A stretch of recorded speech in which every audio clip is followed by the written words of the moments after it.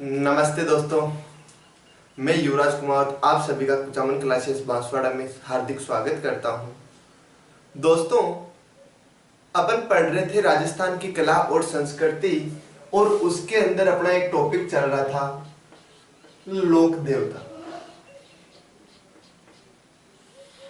इन लोक देवताओं की अगर अपन बात करते हैं तो इन लोक देवताओं के अंदर अपन ने 3 लोक देवता पढ़ लिए जिनका नाम पंच पीरों में आता है। एक गोगा जी, दूसरे पाबू जी और तीसरे रामदेव जी। आज अपन चौथे लोक देवता की बात करते हैं, चौथे पंच पीर की बात करते हैं जिनका नाम है हड़बू जी। हड़बू जी ये सांखला राजपूत थे दोस्तों।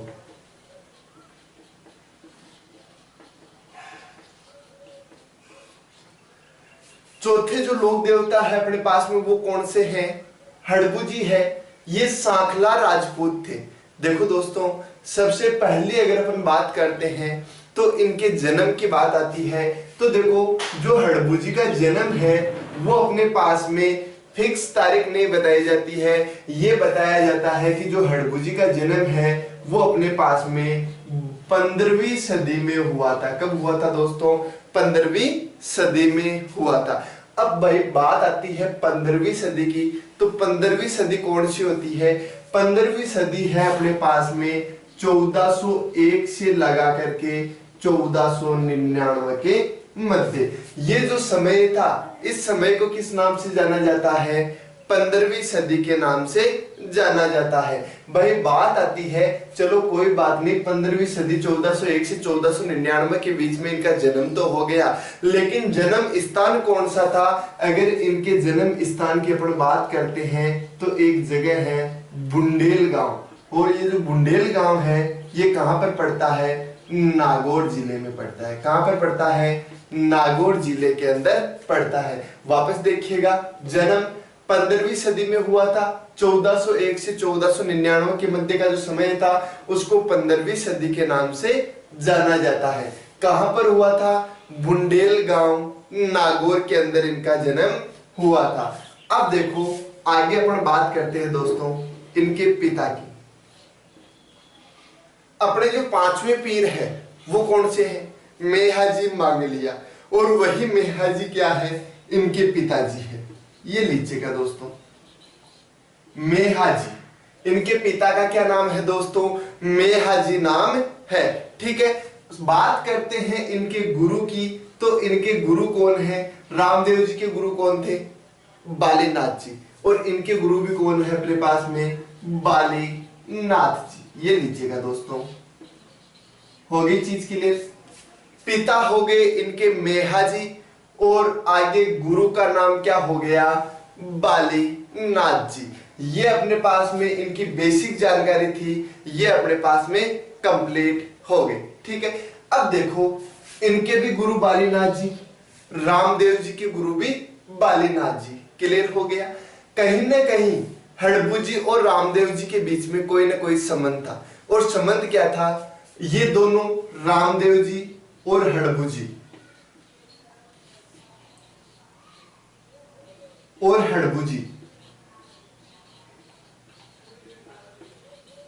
आपस में क्या थे?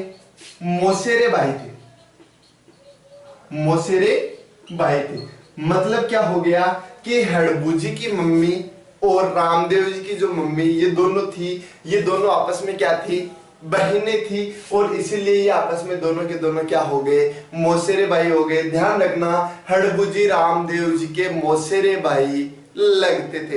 हो गई चीज के लिए। ये तो देखो, इसके बाद में अगर अपन बात करते हैं इनके वाहन की, तो इनका वाहन क्या था? सियार। सियार जानते हो क्या भाई? सियार होता है कुत्ते के जैसा होता है, कुत्ते जितनी हाइट होती है लगभग, उसको क्या बोलते हैं? सियार। जंगली जानवर है। तो वो जंगली जानवर जो है अपने पास में हड़बू जी की क्या थी? सवारी थी। कई बच्चे ये भी सोच रहे होंगे कि सर जी ये सियार पर सवारी कैसे कर देते? जरूरी नहीं भाई, साइकिल होती है तो साइकिल को ऊपर बैठकर ही चलाया जाए, वो साथ में भी तो चलाई जा सकती है पैदल चलते चलते। जरूरी नहीं भाई अपने घर पे कुत्ता पाला हुआ है तो अपन कुत्ते के ऊपर बैठकर ही घूमे, उसको रस्सी से बांध करके रस्सी के सहारे अपने साथ में अपन घुमा सकते हैं। तो उसी तरीके से क्या था, जो हड़बू जी है अपने पास में, इनका वाहन कौन सा था, सियार था। हो गई चीज के लिए। चलो भाई आगे चलते हैं इनके उपनाम। नोट्स साथ में बनाते रहिएगा आप, कोई दिक्कत नहीं आएगी। चलो आगे अपन बात करते हैं इनके उपनामों की। देखो दोस्तों, सबसे पहला उपनाम अपन बात करते हैं, इनको सगुन शास्त्र के ज्ञाता कहा जाता है। सगुन शास्त्र के ज्ञाता, ये लीजिएगा। पहला उपनाम क्या हो गया, सगुन शास्त्र के ज्ञाता। भाई सगुन शास्त्र के ज्ञाता क्या होते हैं, सगुन शास्त्र मतलब कौन सा समय कौन से कार्य के लिए अच्छा है, कौन सा समय बुरा है, उस समय के बारे में इनको जानकारी थी।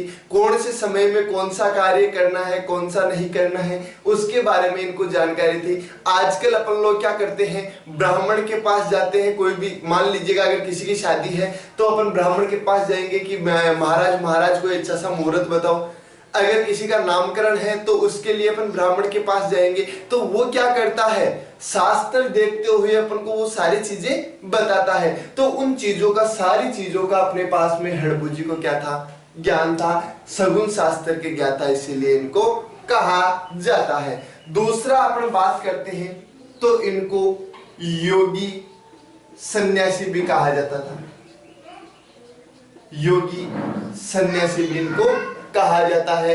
आगे अगर अपन बात करते हैं तो इनको बाल ब्रह्मचारी भी कहा जाता है। बाल ब्रह्मचारी, ये लीजिएगा दोस्तों, बाल ब्रह्मचारी भी इनको कहा जाता है। योगी सन्यासी और बाल ब्रह्मचारी क्यों कहा जाता है दोस्तों, बता देता हूं। बाल ब्रह्मचारी और योगी सन्यासी इनको इसीलिए कहा जाता है कि देखो, बाल ब्रह्मचारी ये एक ब्रह्मचारी थे, कुंवारे थे, इन्होंने शादी नहीं की थी, तो इसीलिए क्या हो गए, बाल ब्रह्मचारी हो गए। भाई कुंवारे लोग देवता ये बने हैं, इन्होंने शादी नहीं की थी। अब अगर ये कुंवारे हैं तो सन्यासी के रूप में ही है। देखो, एक तो लोक देवता है, दूसरों के लिए काम करते रहते हैं। हो गई चीज के लिए, तो दूसरों के लिए काम करते रहते, तो दोस्तों दूसरों के लिए काम करते रहते हैं, इसलिए अपने पास में क्या हो गए, ये सन्यासी, एक सन्यासी की बात थी, ये अपना जीवन यापन कर रहे हैं, तो इसीलिए अपने पास में क्या हो गए, इनको योगी और सन्यासी भी कहा जाता है। क्यों, क्योंकि ये कुंवारे थे। आगे अगर अपन बात करते हैं तो इनको और क्या कहा जाता है, गोरक्षक देवता। गोरक्षक देवता, ये लीजिएगा दोस्तों। गोरक्षक देवता क्यों कहा जाता है, क्योंकि ये गायों की रक्षा करते हुए वीर गति को प्राप्त हुए थे, इसीलिए इनको क्या कहा जाता है, गोरक्षक देवता कहा जाता है। और अगर अपन पांचवें नाम की बात करते हैं तो इनको क्या कह सकते हैं, एक चमत्कारी देवता भी कह सकते हैं। चमत्कारी देवता भी इनको कह सकते हैं। क्यों कह सकते हैं, क्योंकि इनको भी रामदेव जी की तरह बहुत सारी चमत्कार करना आते थे, बहुत सारे कार्य करना आते थे, जो चमत्कार के रूप में अपन मान सकते हैं। तो ये क्या हो गए इनके उपनाम। सगुन शास्त्र की ज्ञाता मैंने आपको बताया क्यों कहा जाता है, योगी सन्यासी मैंने आपको बताया क्यों कहा जाता है, बाल ब्रह्मचारी, गोरक्षक देवता और चमत्कारी देवता। तो इस तरीके से इनके क्या है, ये उपनाम हो गए। चलो भाई आगे चलते हैं, इसका आप स्क्रीनशॉट ले लीजिएगा। क्लियर हो गया, चलो आगे चलते हैं।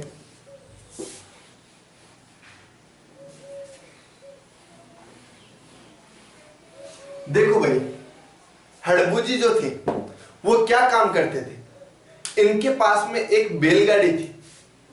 कई जगह बोला जाता है कि इनके पास में एक बैलगाड़ी थी, और कई जगह पे आपको मिलेगा वो हाथ से चलाने वाली जो गाड़ी आती है वो थी। अपन बैलगाड़ी मान लेते हैं। तो ये क्या करते थे, जो पंगु गाय होती है, पंगु गायों का मतलब क्या होता है, जो चल नहीं सकती, जिनका पेट टूटा हुआ है, जो जिनकी आंखें फूटी हुई, मतलब जो भी मतलब है ना किसी न किसी प्रकार से अपंग है, उन अपंग गायों को क्या बोला जाता है? पंगु गायें बोला जाता है। उन पंगु गायों के लिए अपनी गाड़ी से क्या लाया करते थे? ये चारा लाया करते थे। क्या लाया करते थे? चारा लाया करते थे और उन गायों को खिलाया करते थे। ठीक है, और इसीलिए आज जो इनका मंदिर है, उस मंदिर के अंदर किसकी पूजा की जाती है? इनकी गाड़ी की पूजा की जाती है। किसकी पूजा की जाती है दोस्तों? इनकी गाड़ी की पूजा की जाती है। ये लीजिएगा, नॉर्मल सी चीज है भाई, सीधी सी बात है। इनके पास में एक बैलगाड़ी थी, उस बैलगाड़ी से ये पंगु गायों के लिए चारा लाया करते थे और इसीलिए आज इनके मंदिर में हड़बूजी की नहीं, हड़बूजी की गाड़ी की पूजा की जाती है। किसकी पूजा की जाती है? हड़बूजी की गाड़ी की पूजा की जाती है। होगी चीज के लिए, नॉर्मल सी चीज है। अब चलो आगे चलते हैं अपन। मेवाड़ के एक राजा हुए थे, राव जोधा। कहां के राजा थे दोस्तों? मेवाड़ के राजा थे। ठीक है, राव जोधा जो थे वो अपने पास में मेवाड़ के राजा थे। क्लियर हो गया? अब देखिएगा, इनके जो पिता का नाम था, इनके पिता का क्या नाम था? राव रणमल। इनके पिता का क्या नाम था?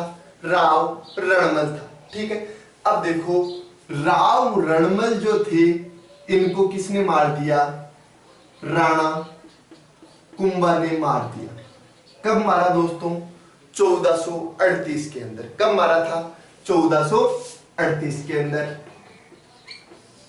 मार दिया गया। राणा कुंभा ने क्या किया? राव रणमल को 1438 के अंदर मार दिया। ठीक है, अब राजा कौन बनना है भाई? बेटा ही बनेगा, तो राव जोधा राजा बनेगा।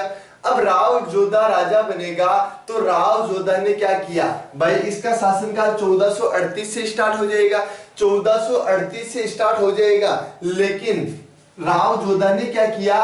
राणा कुंभा के डर से, किसके डर से? राणा कुंभा के डर से मेवाड़ छोड़ दिया और 15 साल तक इधर उधर भटकता रहा। कब से? 1438 से 15 साल तक ये इधर उधर भटकता रहा। भटकते भटकते भटकते भटकते राव जोधा कहां पर आ गया दोस्तों? मारवाड़ में आ गया। मारवाड़ आया तो मारवाड़ के अंदर भटकते भटकते इसकी मुलाकात किससे हो गई? हड़बूजी से हो गई। किससे हो गई? हड़बूजी से हो गई। और हड़बूजी से जब इसकी मुलाकात हुई थी, हड़बूजी से जब इसकी मुलाकात हुई थी तो इसने कहानी किनको बता दी? हड़बूजी को बताई। तो देखो, हड़बूजी ने क्या कहा? हड़बूजी ने राव जोधा को एक कटार दी थी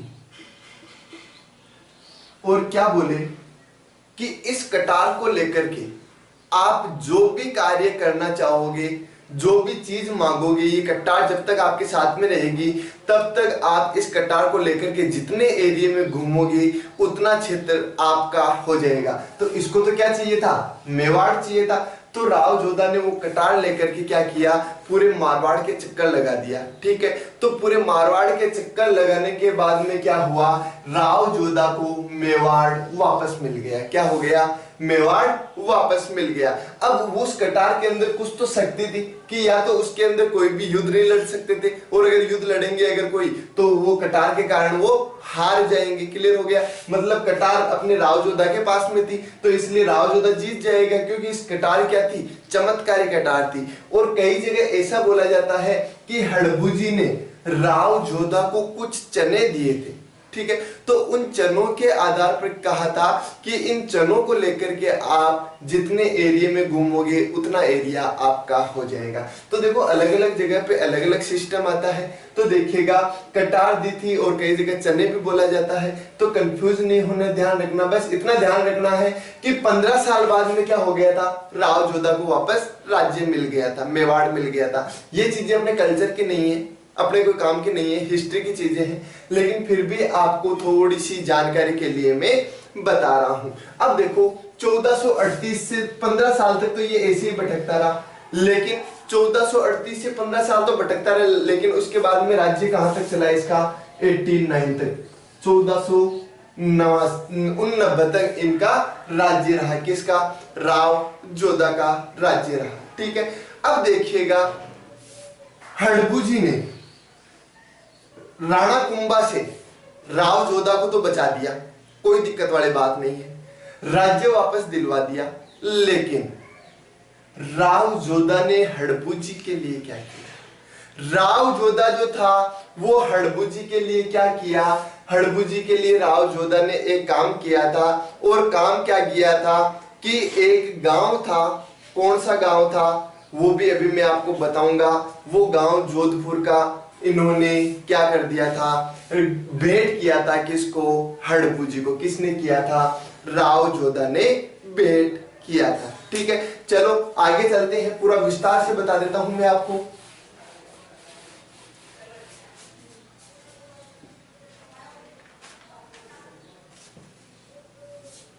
चलो अब देखिएगा, 15 साल घूमने के बाद में राणा कुंभा और राव जोधा के बीच में एक संधि हुई थी, जिसका क्या नाम था? आवल बावल की संधि। कई जगह बोला जाता है आकल बाकल की संधि, कई जगह बोला जाता है आवल बावल की संधि। आवल बावल की संधि हुई थी अपने पास में 1453-54 में। कब हुई थी? 1453-54 में संधि हो गई। संधि होने के बाद में मेवाड़ किसका हो गया? राव जोधा का हो गया। किसका हो गया दोस्तों? राव जोधा का हो गया। क्लियर हो गई? राव जोधा का हो गया, तो उसके बाद में राव जोधा ने क्या किया था? जोधपुर की स्थापना की थी। किसकी स्थापना की थी? जोधपुर की स्थापना की थी। तो जोधपुर की स्थापना कब की थी? तो जोधपुर की स्थापना की थी 1459, और इसके जस्ट 100 साल बाद किसकी स्थापना की थी? उदयपुर की स्थापना की थी 1559। राव जोधा ने नहीं की थी, उदयपुर की स्थापना राव जोधा ने नहीं की थी, उदय सिंह ने की थी। लेकिन जोधपुर की स्थापना किसने की थी?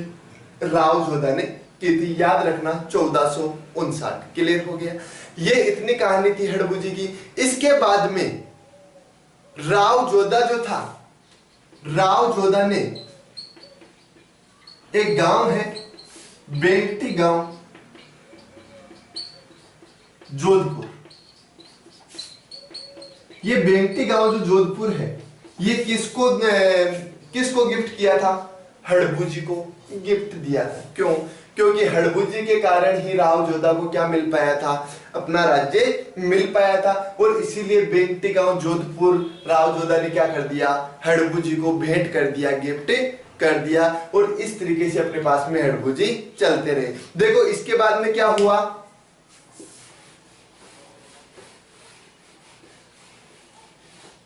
बात करते हैं इनके मंदिर की। तो इनका मंदिर कहां पर बना हुआ है? बेंगटी गांव जोधपुर में बना हुआ है।